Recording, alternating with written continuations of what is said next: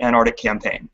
I'm George Hale here at NASA Goddard, and as this Hangout airs live, we'll be answering your questions about NASA's upcoming mission to Antarctica. You can ask a question in the YouTube comments box, on this Google Plus page, on the IceBridge Facebook page, or you can tweet to us using the hashtag IceBridge.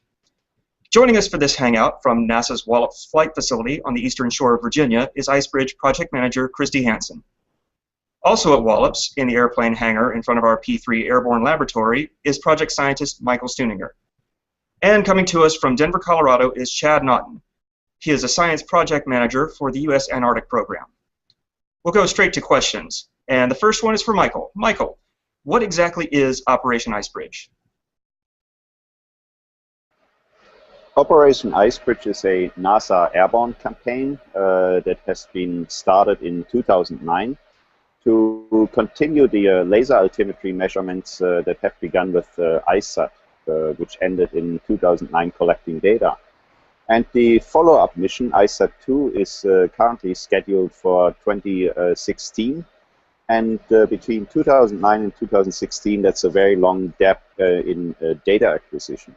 So NASA has decided to bridge this gap in data collection by using a instrumented aircraft, and you can see one here in the back behind me. This is the P3 aircraft, to continue collecting elevation measurements over the polar ice sheets and the Arctic and Antarctic sea ice in order to build a very long time series how the polar regions are changing.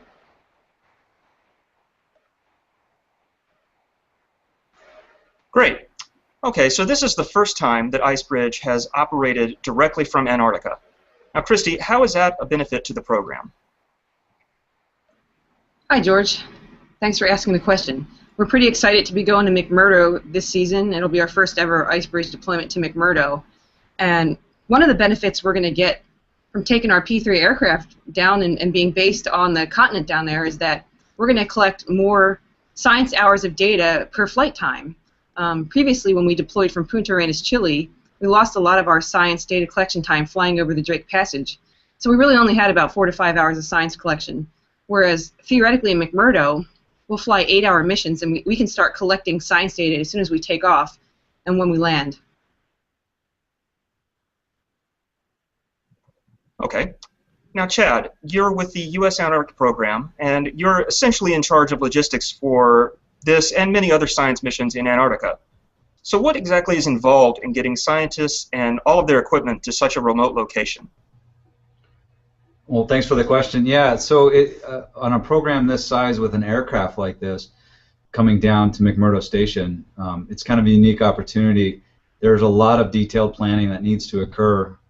We started planning for this over a year ago, and we'll be down, the plane will be down for about 2 weeks. So there's a lot of resources, limited resources in McMurdo Station in Antarctica, and we have a lot of other groups that need to share those resources. So the biggest challenge is ensuring the time frame and the amount of people that need to be on this project to make it successful.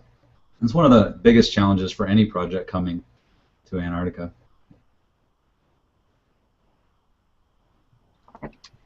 And I'm George Hale. I'm at NASA Goddard. I want to remind everybody you can ask your questions in the YouTube comments box, on the Google Plus page, our Facebook page, or tweet to us using hashtag IceBridge. Now, Michael, can you explain to us what's behind you there in the hangar? Yeah, here directly behind me you can see the tail of the P3 aircraft.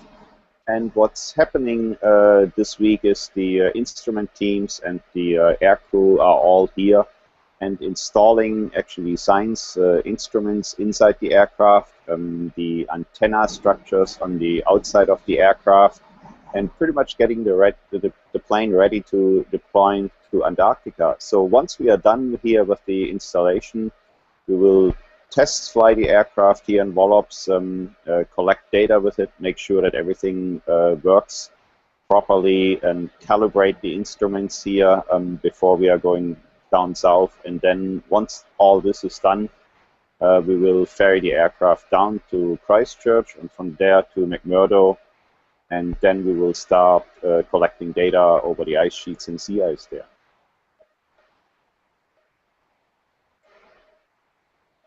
All right, and our next question comes from Cyril at _CYBA. And this question is for Christy. What scientists work in the Icebridge team, and who will be on board during the flights? That's a really good question. We have a very comprehensive science team. We also have a team of instrument operators. So when we actually deploy to the field, we bring a lot of instrument engineers and operators. Some of them are scientists, not everybody. We have Michael Studinger, who's our lead project scientist, so sort of in charge of making sure all the science gets done and helping define our science objectives. On the team that flies with us, though, we have students and engineers who operate radar systems. We have a team here from Wallops who operates the laser altimetry systems. We have a team from California that operates our digital camera systems. We also have people from Columbia University and also USGS that operate, and in Canada that operate our gravimeter and our magnetometers. So we definitely have an extensive, comprehensive team of excellent engineers and scientists in the field who help us collect our data to try and ultimately meet our level 1 science requirements.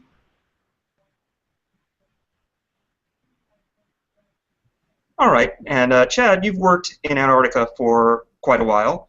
A good question we have here is, how do you stay warm at the South Pole? We have issued gear for external layers that help you withstand the elements. And so you bring down a combination of, depending on where you're from, what works for you. We have a lot of people that come down, live in Alaska, Minnesota, across the top, the highline of the United States, but we also have people that come from Florida or, southern states. So we get a good mix, but we make sure they have the right gear for where they're going specifically. We have 3 stations, so at each station you receive different gear. So most of it's warm. It's intended to, to do that, and layering is important. Layering is the key. Layering is indeed the key. Chad, we have another question. This one from @PollyPete. He wants to see if you would speak more about the logistics involved at McMurdo to support Icebridge, such as airfield ops. Absolutely, yes. We have typically we operate anywhere from 1 to 3 airfields in McMurdo region. One is typically on the sea ice, which can go out on an annual basis, or it can stick around for a while depending on the environmental conditions that year. Another airfield is what we call Pegasus, and it is actually on the ice shelf, so it's hundreds of feet thick, and that is also a wheeled aircraft airfield. And then some seasons, and in past years, we used to run an airfield called Williams Field, and that is for only ski-equipped aircraft, like the military LC-130s. Each airfield has its own unique capabilities, as well as planning. The logistics of getting them started and operational is a huge effort. It's a monumental effort, and they've got a pretty good handle on it now, so they can get things going really quickly in the beginning of a season to support aircraft. Oftentimes in the winter you might have medevacs, and they have to get the airfields ready really quickly. So you're talking about organizing a lot of people, a lot of heavy equipment, to groom the runways, move snow, put snow back on them. There's a lot that goes into it. And hopefully that answers the question. Great. Well, thanks a lot, Chad. The next question for Christy, and this comes from Rachel at RP News Junkie. And Rachel wants to know what the most exciting and interesting part of the mission is, and what the public should be expecting as a result. Well, that's a really good question. Let's see. If you ask each person on our team, you might get a different answer for that response. So I'll give my personal perspective of that. I think there's 2 exciting parts of this deployment among many. Probably the first one, which will be a huge milestone, will be watching our NASA P3 aircraft land on the runway the very first day. So that'll be a milestone in NASA history and in our airborne science program. Having planned this mission for a year and a half, having worked with ASC and the National Science Foundation, the Air National Guard, the 109th, just putting together all the facts, the requirements, having see that come to fruition, and that's coming up here just in a couple weeks. I think that will be very exciting. because it's establishing a milestone, our first time to start science data collection based out of U.S. Antarctic program, McMurdo Station. So seeing RP3 land, and that's going to measure our starting point for collecting science data directly from the ice. I think also the exciting part of this will be, I think, we're going to prove the technology, prove the capability, and once we start getting into our science data collection, ultimately, in the long run, we're going to be able to collect more science data than on previous fall deployments when we were based out of Chile. So our science team and community is very excited about us being able to reach different parts of Antarctica that we couldn't reach before when we were based out of Punta Arenas. So we're hitting some targets that maybe we didn't hit before. So that's exciting to our science team as well as ultimately, in the long run, again, just getting more data because we're going to be based directly off the continent. So those two, I think, are two of the more exciting milestones that we're going to see here in a couple weeks. Great, thanks. And once again, this is a NASA Google Plus Hangout kicking off the Operation Icebridge 2013 Antarctic campaign. I'm George Hale at NASA Goddard. And this next question we have for project scientist Michael Stuniger. We have a lot of people on Google Plus who want to volunteer to support a NASA mission in Antarctica. What can we say to them? Is that possible? It's going to be a challenge, as Chad has said. The resources that are available in McMurdo are very limited and have to be shared between many projects. So we had to keep our group small on purpose in order to not impose a big logistic footprint on the community in McMurdo. So I think you really have to think keeping your size down when you go to places like McMurdo. But we do have other areas like in Greenland where people can actually fly in commercially, where we have hotel space, where we, for example, can accommodate the school teachers and have them join our mission and then report back to the classroom what they experience, the kind of science that we do. So I would say Antarctica is a bit of a challenge in getting just more than the absolutely necessary instrument teams and aircrew down there, but we have certainly other places where we can accommodate people from the outside, like in kangaroos, like Greenland, for example. But maybe that said, there are many other ways to get involved in NASA science and contribute to NASA science. You don't really have to actually go into the field. You can apply for summer internships and other things. So there are many different ways to get involved with NASA. Thanks, Michael. We actually have another question for you here from Stephanie at SP Ogburn. And Stephanie wants to know what climate science Icebridge is doing and how the government shutdown affected the field campaign and science. Icebridge per se is not doing climate science. We are producing the data that is necessary to feed into models how ice sheet potentially can evolve over long time scales. But we are not doing climate science per se. So I think the data that we collect is important for climate scientists to understand how ice sheets change over time. What is driving this change? Is it coming from, let's say, increased or reduced snow accumulation, increased surface melting because of warmer temperatures? And Icebridge is in a unique position to sort out all these kind of different aspects. And the results we produce, they will feed directly into climate models and people who try to understand the whole climate system.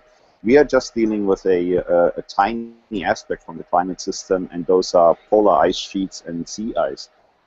If you want to understand the Earth climate and how it changes, you really need to look at the entire planet today and run global models, and that's a far more complex question than what we do with IceBridge. Now, the second part of the question was how the government shutdown impacted IceBridge. It has put our preparations on hold for more than 2 weeks and added some other headaches that we had to resolve.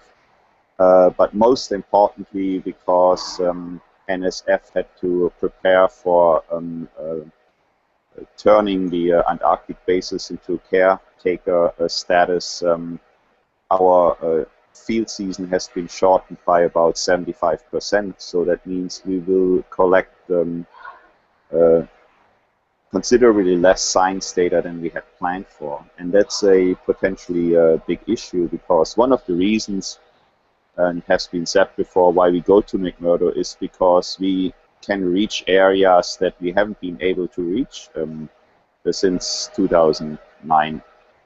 And for example, the ice streams along the Cycle coast in West Antarctica are changing their ice surface velocity. We know this from satellite measurements from space, but we don't know how the volume changes there, the ice surface elevation. And so between 2009 and 2016, we have potentially only one data point, or maybe not even a single data point. And I think that's is a big deal to help interpreting the data that we will observe with ICESat-2 in 2016. Great, thanks, Michael. Now, Chad Naughton, following up on the shutdown question, in your job as a science project manager for the U.S. Antarctic program, how has it affected your work? Well, we've been running through, that's a good question, we've been running through a lot of scenarios. Once October 1 hit, and we realized that things were going to be a little bit different this season. Essentially, we're a pretty good team here, and we have a lot of priorities, so we have to work on identifying scenarios. We went through a lot of motions the first 3 weeks of October, and in the end, we prevailed, and we're all systems go for a lot of the good science that's coming down. And so it seems like annually there's always, I wouldn't say there's always something, but there's always there is always something that pops up that is a challenge for program-wide that affects a lot of the science and a lot of the logistics. And so this, in my perspective, this was a big one, but I think we got through it, and I think a lot of the science that the NSF funds on an annual basis is going to continue. There's a lot of groups that come down, like the LTER, that have been coming down for a long time. NOAA has some operations at South Pole measuring CO2 concentrations that they are no longer going to have a skip year in their data. So there's a lot of priorities out there, and we're able to support a lot of that. So we went through some gyrations, and we figured it all out, and what we're going to do. Some groups got deferred, and a lot of them, like Michael mentioned, maybe a little bit of reduced scope. So it's unfortunate, but it's the climate we're in, and we'll just continue plowing forward and supporting the science the NSF funds. Great, thanks. And we have a question for IceBridge project manager Christy Hansen. From YouTube, user Gandalf Extreme wants to know how much a mission like IceBridge costs. Well, that's a tricky question. Depends on what you count in the cost, right? Do you count people's labor, so all the time that is put in on any given workday, like how much of my time have I spent on McMurdo planning? So that could factor in. That could factor into the costs. Then you actually have hardware and cargo, so tangible things like I need to ship 55,000 pounds of cargo from the United States down to McMurdo, so there's a cost associated with that. There's a cost associated with getting all of our bodies, our team, flying down to McMurdo. There's a cost with that. We also have technology upgrades that can factor into the cost. So we had some new upgrades that went with that actually were implemented onto the P3. that's a cost. So without giving you a exact quote, it could be anywhere from a couple $100,000 to maybe a little over $1 million. So that's kind of a range that you could think of when looking at a mission equivalent to ours, getting ready to go to McMurdo. I hope that answers your question. That was great, thanks. And we have another question from YouTube. This one is a little more sciencey. So for Michael, this one is from Thomas Larson, and he wants to know, when was Antarctica not covered by ice? That was a very, very long time ago. I think, and I may not have the right numbers in my brain at this point. It was about 35 million years ago or 38 million years ago when the Drake Passage between South America and Antarctica opened and the Antarctic polar current established and cooled down Antarctica. Then we started seeing getting the first kind of alpine glaciers, and that grew eventually into continental ice sheets some 30 million years ago.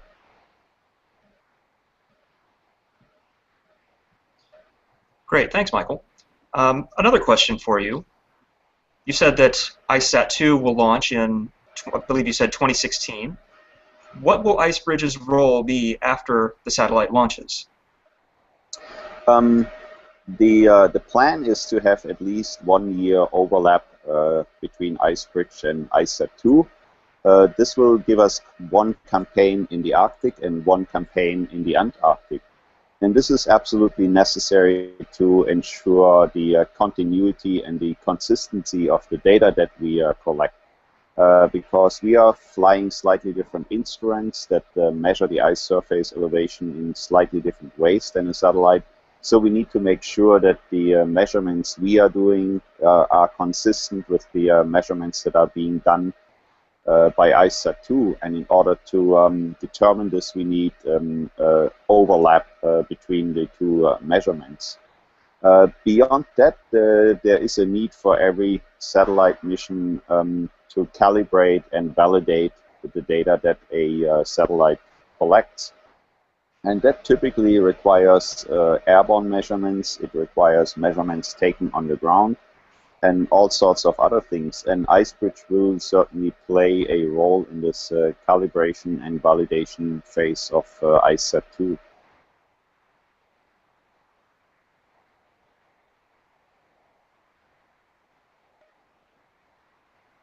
Okay, everyone.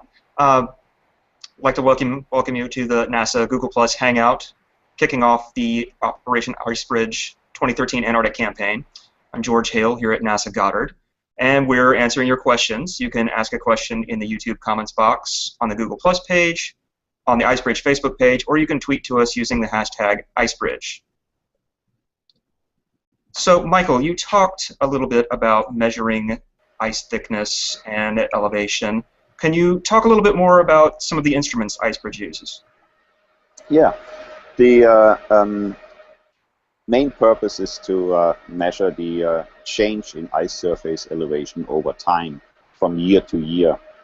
And this allows us, of course, to estimate how much ice an ice sheet is gaining or losing, which is important because we want to understand how much ice of this melting ice is contributing to sea level rise in the future.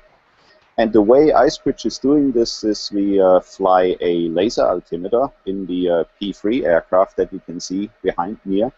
And this laser altimeter is kind of sending down laser beams from the aircraft down to the ice surface. And a couple of photons get reflected back to the aircraft and go into a detector or receiver there. And then you can measure pretty much the time it takes from when you kind of were sending out the pulse, how long it takes to get back. And if you know the speed of light in air, you can calculate the distance between the aircraft and the ice surface elevation.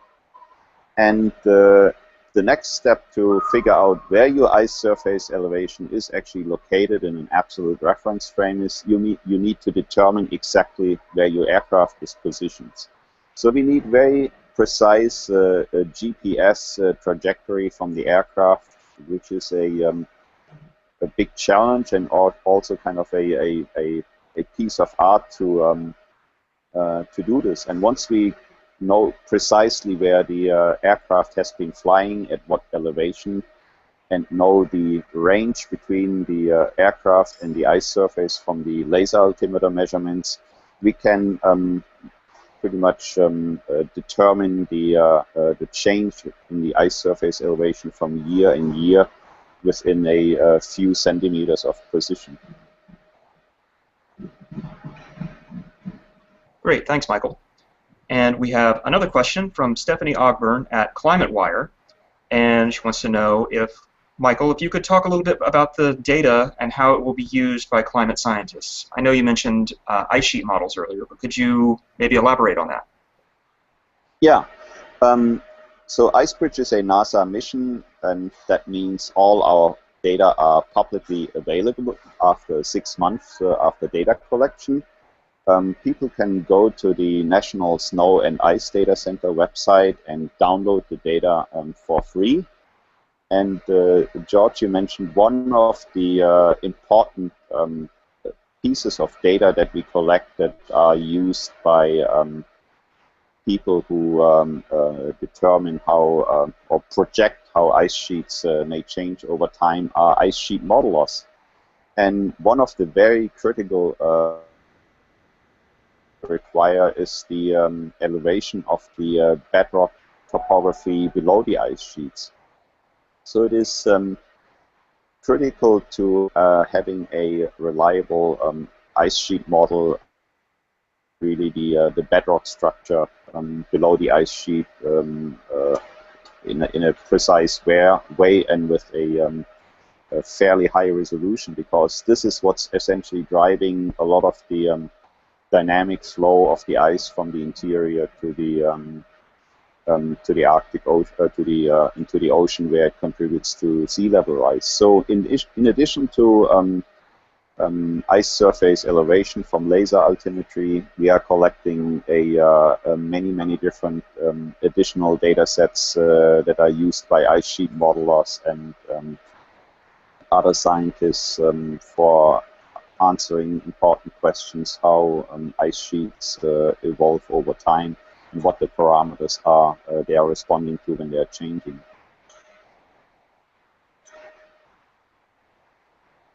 Great, thanks, Michael. Okay, we have another question for Christy. IceBridge, during the Greenland campaign earlier this year, we had a few teachers aboard. Could you talk about what it was like to work with some of those teachers during those campaign flights? Yeah, that's a really good question, George. This recent year in Greenland was particularly an amazing one, I thought, in terms of having a education and outreach project in the field. We had a teacher from Polar Trek, actually a program through the National Science Foundation. And George Hale, obviously you were involved in helping pick and select this teacher to come into the field. His name was Mark Busing, and to this day I was amazed and impressed with his performance in the field. Not only how he acted in the field, but the products that he built during real-time operations that he shared directly with his classroom, and he reached so many students. So for the public out there who doesn't know what that program is, we bring a teacher in the field with us when we go to Greenland. They fly on some of the flights. They meet with each of our team members to learn about the instruments, how they work. A lot of it is science and math-based. And some of them will actually create lesson plans while they're in the field. They'll get video clips or they'll do math problems. Mark was really good. Almost every night he put out a new lesson plan. So he took everything he learned from our active research in the field and turned it into a lesson plan for his students. And we were able to see the end results of that. Another thing that some of the teachers in the field do, like Mark, would do video blogs. So sort of a career focus, teaching the kids out there today what kind of careers can you have. You don't just have to be at your desk all day. There's all these exciting careers you can do in math, research, science, engineering, more exploration-based. So he kind of took little video clips of the flight crew, of our scientists, of me, of Michael, and he actually put those out on a video feed, and all of the students could learn about it and comment on the different job positions. So I felt that he really did an amazing amount of work and sent a lot of really positive messages about how exciting math, engineering, these STEM technologies could be. So both Michael and I were very pleased with his performance and felt that having him in the field was an asset. Oh, that's great. And it was wonderful working with Mark. He had a lot of great material that he put together on his blog. Christy, we have another question, this one from Twitter, from @PollyPete. And Peter wants to know how many seasons Icebridge will work out of McMurdo, whether it's a one-off thing or a recurring thing. Yeah, that's a really good question. So we're pretty excited that, it took us about 1.5 years to plan this very first deployment we're going to do, but this will not be our only deployment. We plan to at least perform one more deployment in the field. That's at least one more, probably more than that.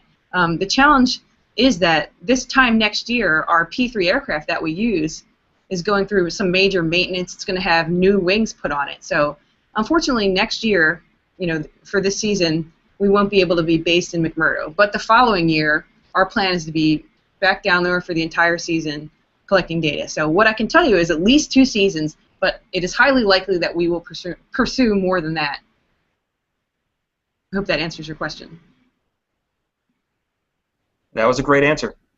Once again, this is a NASA Google Plus Hangout, kicking off the Operation Icebridge 2013 Antarctic campaign. I'm George Hale at NASA Goddard. We're answering your questions. You can send questions to us from the Google Plus page, YouTube comments box, the Icebridge Facebook page, or on Twitter using the hashtag Icebridge. I have another question for Michael from YouTube. This is from Austin Virilli. Austin wants to know, Austin understands that the research is significant to scientific modeling. Why should the public care about the thickness of ice? Very simple answer, because if the thickness of ice changes, it's going to end up as water in the ocean, which means it will rise sea level. And if you are in a place like here at the Wallops Flight Facility, that's very close to sea level, they are very concerned about some of their runways being just barely above sea level. And if the sea level continues to rise, you will see more and more flooding together with big storms, tropical depressions, hurricanes. So you will kind of see a lot of damage to property, economic loss, and these are all not good things that we want. So it really, what matters in Antarctica, what happens in Antarctica really matters at the places around the coast worldwide. Great, thanks, Michael. We have another question from Twitter for Christy. Cyril wants to know how the future for Icebridge missions will look. I think the future is positive for Icebridge missions, I'm pleased to say. So we have an amazing team, a top-notch team who perform very well. And when I say that, I mean instrument operators in the field, the flight crew, our science team, our logistics teams. We deploy twice a year generally, and actually this year it's 3 times a year. We collect data, and then about 6 months after that, our team processes all their data, and they get all of their data products out. And Michael had talked about that, those data sets being free. And each year we continue to collect data in the field. I think our data sets are known to more and more communities across the world. So we're just now in this exciting phase where we're starting to get a lot of feedback. We're starting to see more and more papers being written for people who've used our Icebridge data sets, which is very exciting. And so right now what I can say is that we expect that Icebridge will continue going till at least 2017, because we see that, the community is very excited about our data sets. We're doing well, as well as using a lot of our data sets to help with ISET2 CalVal procedures and stuff that Michael had talked about earlier. So again, at least 2017. I feel positive that maybe there's a chance it could go longer than that, but it's hard to say that right now. Great, thanks, Christy. And I just want to remind everyone, this is a NASA Google Plus Hangout, kicking off the Operation Icebridge 2013 Antarctic campaign. And I'm George Hale at NASA Goddard. You can ask questions via YouTube in the comments box, on the Google Plus page, through the Icebridge Facebook page, or tweet to us using the hashtag Icebridge.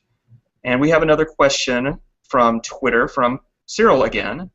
And Cyril wants to know, Michael, are there flights planned to go over the South Pole? We have a plan to go close to South Pole, and the reason for that is, as I mentioned, calibration and validation of ICESat and Cryosat-2, and ICESat-2 are major parts of our work. And Cryosat-2 has a inflection point where all the orbits come close together. That is at 88 degrees south, and so has ICESat-2. So if we collect data along a circle along 88 degrees south, we can actually collect data over all ICESat-2 and Cryosat that have ever been flown. So this is a tremendous data set for validation and calibration, and we probably have to break this up into multiple flights, so we will be heading on a transit back to McMurdo, closer to South Pole Station, and also collecting data in what we call the polar gap, because south of 86 degree and 88 degree, which are the inflection points of ICESat and Cryosat-2, we don't really have any reliable data about ice surface elevation or anything there. Thank you, Michael. Our next question comes from Google+. Christy, Jarno wants to know if NASA will allow the plane to be tracked by flightradar24.com. This will be a great for aircraft spotters as well as anyone interested in science. Yeah, so that's a good question. We definitely are advocates of sharing our flight lines and with the community so people can follow us along in real time. I'm not familiar with that website you gave, but what I can tell you is that our Airborne Science Program, the Airborne Science Program website for NASA, has its own flight tracker. So when we take off and land, we turn on our flight tracker, and we can show where we're flying on the Airborne Science Program's website. So you can Google that, look that up, and you can follow us, at least using that program to see where we go. Another kind of exciting thing we do for education and outreach, kind of in addition to showing where we're flying and what flight lines we do, is we will post to our Facebook page where we're going each day, and we'll try and actually post photos that we've taken during the mission. Anything that comes up, we can share that with the community, and you can check that out at the Operation Icebridge Facebook page. As well as we can do real-time chatting while we're flying. It's a pretty basic, limited capability, but we can share text with classrooms on the ground who want to get involved and follow us along while we're flying to figure out what we're doing, why are we going where we are. Interpersonal questions as well, too, like what does it feel like? How high are you? What do you eat? So we do try to share the whole experience with students on the ground when we're flying. And you can actually talk to George Hale in the future about that if you wanted a classroom to get involved, to kind of see where we're flying in real time and having a classroom communicate with us while we're flying. I hope that answers your question. That's a great answer. Okay, and Chad, following up on something that Christy said earlier, she said that it was a year and a half planning this mission. Could you maybe let us know, in your work with the U.S. Antarctic program, how that fits in with others? Is that less time or more time than other projects take? Right, so the NSF funds projects. The annual submission for grants at NSF, the solicitation opens up, I think, around May or June. So that's when proposals come in. In this round with NASA, they didn't submit a proposal, so what we do is we incorporated them into our normal round of all the other proposals and fit them in, in the year that they want to go. So we start looking at all projects a minimum of a year in advance. So if a project gets funded or submitted in June, it actually won't get funded until the following, about February time frame is about average. Then they'll plan to go down to Antarctica that following year. So most projects require a year to a year and a half of planning. Now, the question specifically is how Icebridge fits into that. Icebridge is a complicated project with a lot of resources. So it takes a little bit longer because NASA was so organized and because they've done their deployments before to Greenland and on the peninsula side of Antarctica. They came well prepared and they knew exactly their requirements and capabilities. So Christy and I have spent the last year and a half figuring out how that fits into our little shoebox of resources. How does that fit into other projects? Some projects are quite simple in a sense that they don't require a full year of planning. Other projects, we might plan for 3 to 5 years before they even deploy. Maybe there's technological advances that need to be made. Maybe there's testing that needs to happen in similar regions, maybe in Canada. There's all sorts. There's a wide variety. I would say Icebridge is somewhere right in the middle. You know, it's very complicated. It's very complex.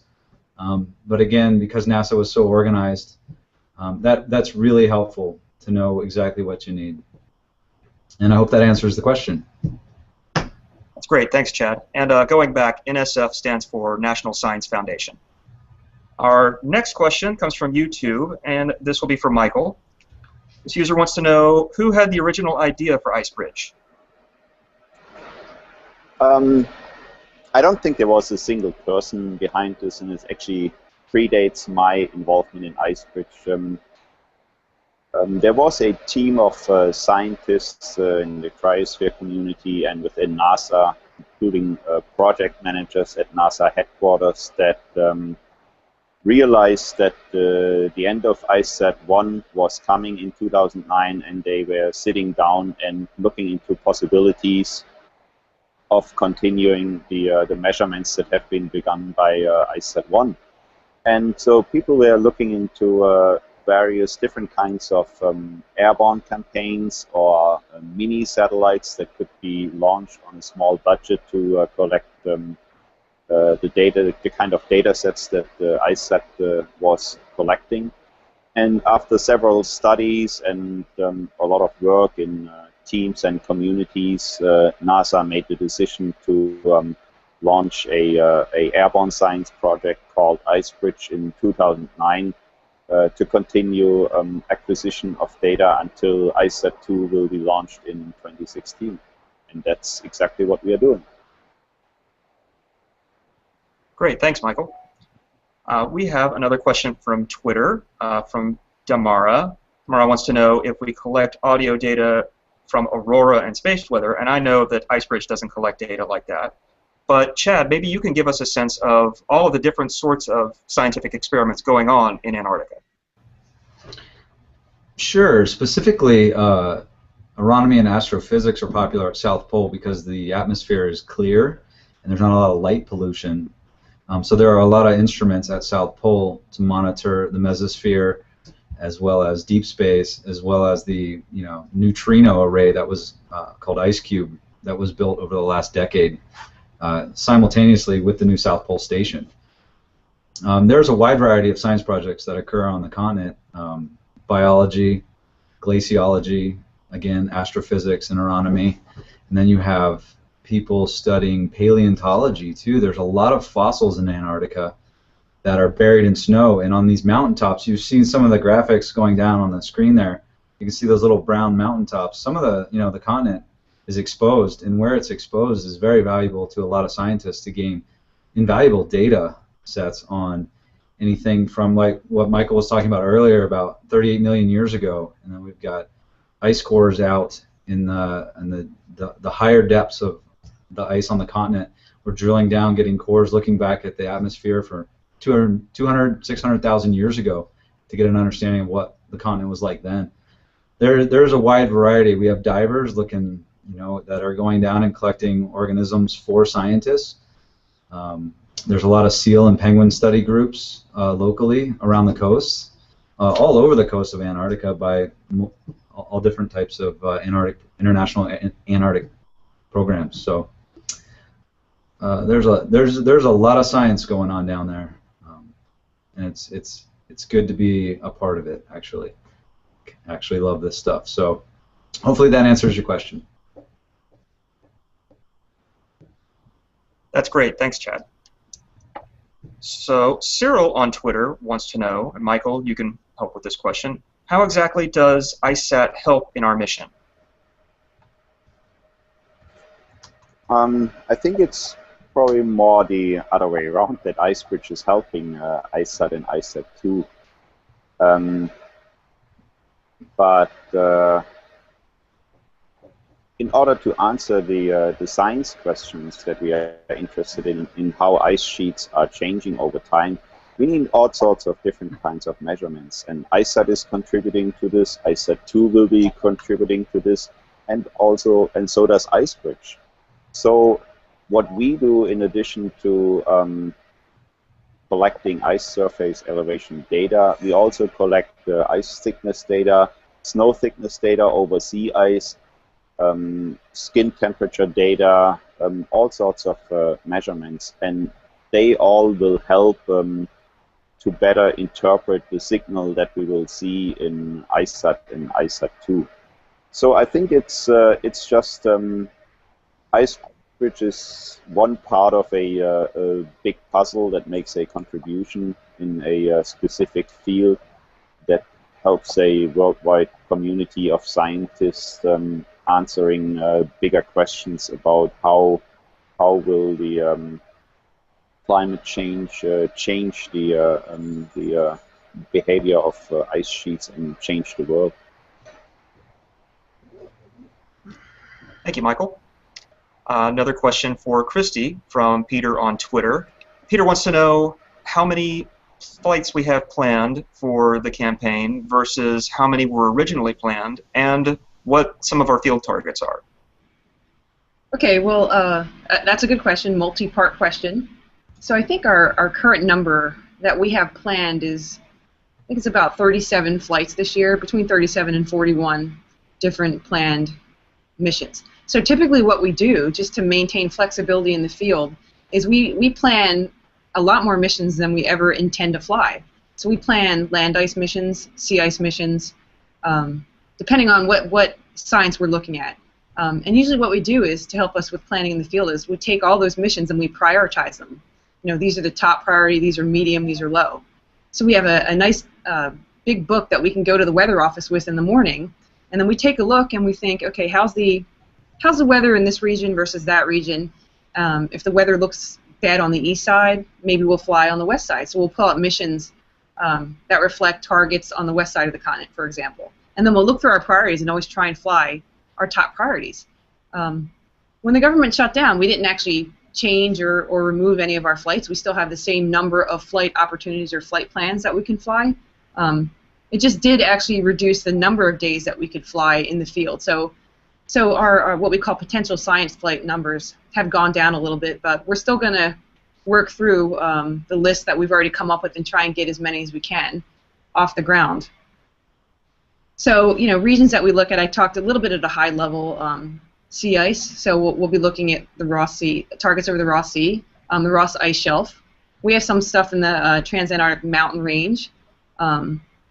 We have targets. So the difference is, I guess, with Punta Arenas is we can't reach some of the targets that we did before because we're working out, you know, some of our new characteristics and capabilities with the P3 aircraft, and, you know, looking at our times with how far we can get from McMurdo, how far we can get with the range of the plane and come back. So things like Pine Island Glacier that we would have gotten using the DC-8 deployment, we won't necessarily get on this deployment. So some of the targets has changed a little bit, but we're still excited about reaching some of the new regions.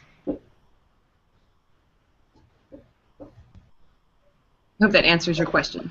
Thanks, Christy. That was a good answer. We have another question here from Google+, and for Michael. We see the P3 there behind you, and the question is why NASA chose an old prop aircraft instead of a new plane? I think the P3 has been flying or kind of collecting and flying these kind of missions for NASA for more than 2 decades, and IceBridge is not the only mission that is using the P3 aircraft. In fact, it's there's a high demand on having a capability like a P3 for doing atmospheric sciences, all sorts of experiments. So it has a great load-carrying capability. It has a lot of space in the interior, and it has a lot of range. And that makes it an ideal aircraft to fly in places like Greenland, very low over the surface of the ice, specifically at 1,500 feet above the ice sheet. So it's a pretty uniquely, it's uniquely suited for the type of work that we are doing in Ice Bridge in Greenland and also as well in Antarctica. But beyond that, it's also a great capability to have for airborne chemistry and all sorts of airborne science. So it's an airplane that has been around for more than 20 years at NASA, and before this it was used by the Navy, and the decision has just been made that this is worth keeping, and as Christy has mentioned, replacing the wings next year, putting new wings on the aircraft so that we can keep the airplane for another hopefully 20 years. Great, thank you, Michael. And a follow-up question on that one from Stephanie Ogburn at Climate Wire, and I think, Christy, you can handle this one. When is the P3 arriving in Antarctica? When does it start collecting data, and when does that end? Yeah, all good questions. Putting the calendar together was always an exciting task to do with changing schedules, trying to coordinate with, when we can get down to McMurdo based on when the sea ice runway would be ready for us, and when does the sea ice runway close, because that's weather and environmental permitting how long that runway can stay open. So we definitely have to work inside a set of unique challenges that help us outline our deployment length and time frame. So right now, the P3 is scheduled to leave Wallops on November 11th and arrive in McMurdo on November 16th. There's a plane flying by overhead right now. You can probably hear it. So November 16th is when it should arrive in McMurdo. The following day, the 17th, is what we call a hard down day. NSF dictates the hard down day in McMurdo. And then the following Monday, which is the 18th, we do our very first what we call a test flight. So we're going to take our P3 up and perform some test objectives because it's a different environment, trying to characterize, understanding the weather, get familiar with the environment around us and some of the flying. So our flight crew will do that, check some things out, and that'll be the 18th. And then the 19th is when we start our first science flight. So the 19th is when we'll get into our first chance to actually collect hardcore science data.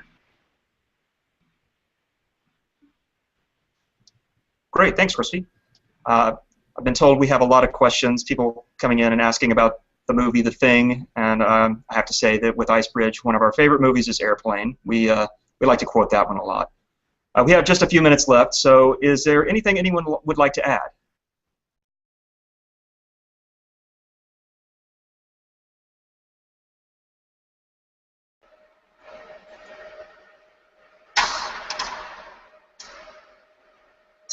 Oh, not from my end. All right. Gonna Chad, get noisy here in the hangar. Oh, great. Chad, other than Ice Bridge, what missions are coming up in McMurdo? As far as science groups deploying, there are some concerted efforts from CRESIS, the Center of Remote Sensing, University of Kansas. They're coming down. They had a skip year last year. They come down about every other year, and they're flying some AUVs around as well, gathering a lot of snow and ice data. The Wizard group, which was last year, I don't know if anyone remembers, but they drilled down through Lake Willans, into Lake Willans through about 1,000 meters of ice and recovered some organisms, and they've taken those back to the labs, and I think you can go look at Wizard's webpage, and they have some of their exciting science going on there. They're coming back. They've been reduced in scope a little bit, but they're still meeting some of their priorities and objectives. Those are the two big deep field efforts that are going on, and then there's lots of science groups that come to McMurdo and come to South Pole and come to Palmer Station on the peninsula side that are doing their annual science events. A typical science event is funded for about 3 years. So they'll come down and do a lot of the same science.